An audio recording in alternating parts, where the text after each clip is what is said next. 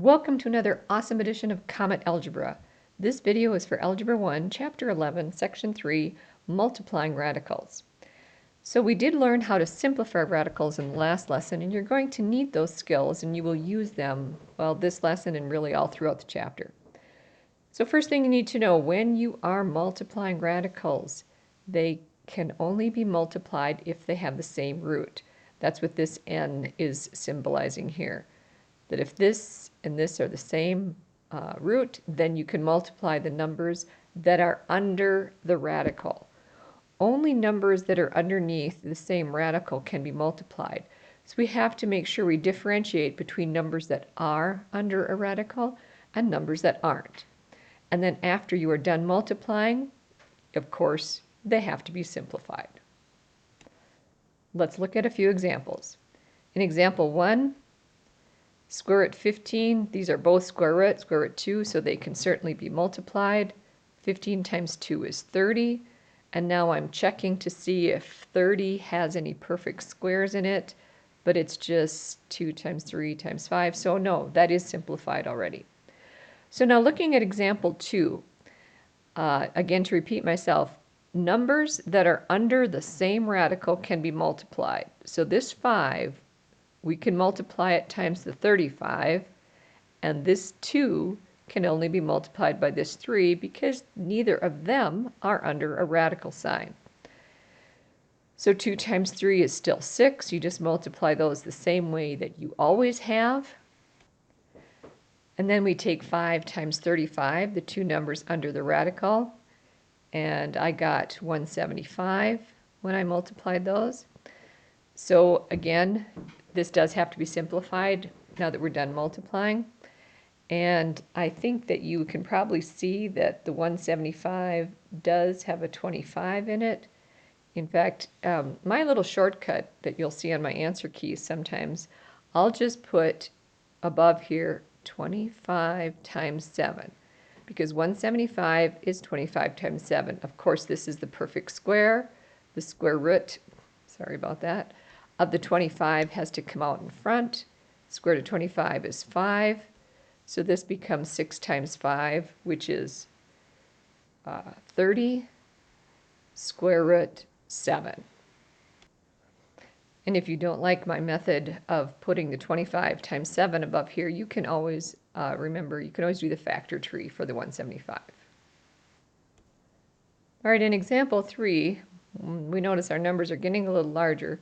Now sometimes it's possible to simplify these first before we subtract, but I'm not seeing any perfect squares in the 17 or the 34, so in this case we have no choice. We have to go ahead and multiply, and I got 578, and because I happen to notice that 17 times 2 is 34, I know that there's a perfect square here of the 17s.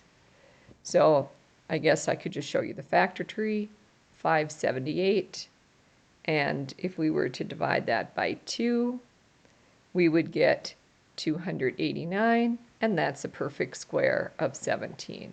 So this simplifies to 17 square root 2. All right, in the next example, again, we look and see we have multiply, and we check here, and yes, they both are under the same root. These are both a cube root.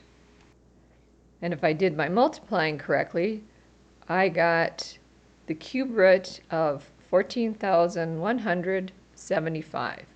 So that looks like it's going to need a factor tree. So I first divided by 5, and now I'm going to divide by 5 again.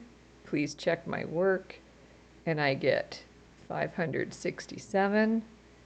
Now I'm checking that, and it does divide by 3, and I get 189.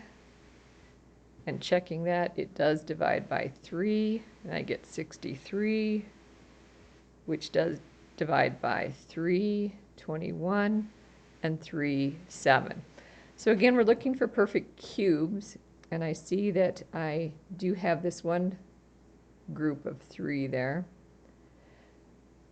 So that 3 will come out in front, and then I'm going to have to multiply to see what's left under my cube root. And if I multiply 7 times 3 times 5 times 5, I get 525. So even when the numbers get big, we still reduce them the same way, factor tree, and look for perfect cubes in this case. All right, this next example, now getting into the algebra, of course. So we notice these are both square roots, so I can go ahead and multiply. 5 times 1 is just 5. A squared times a to the 5th is a to the 7th. B to the 5th times b is b to the 6th. So noticing this is a perfect square because b cubed times b cubed is b to the 6th.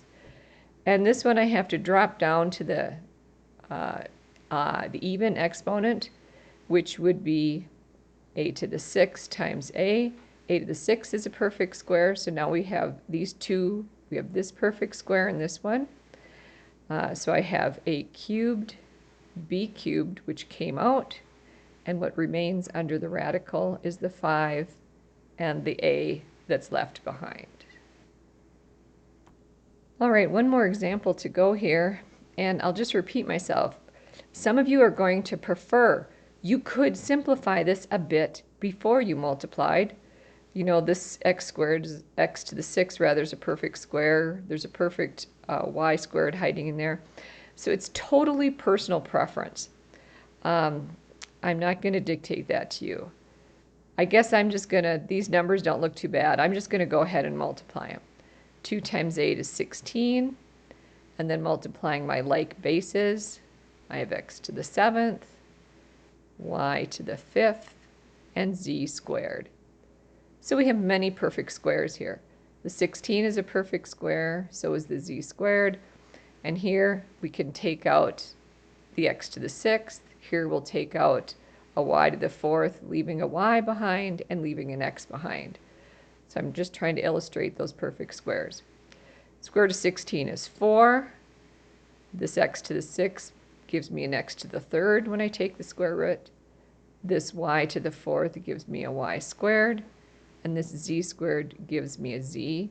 And then what is left under the radical is this x and this y. All right, now you have the knowledge you need to do section 11.3. So have a radical time with that.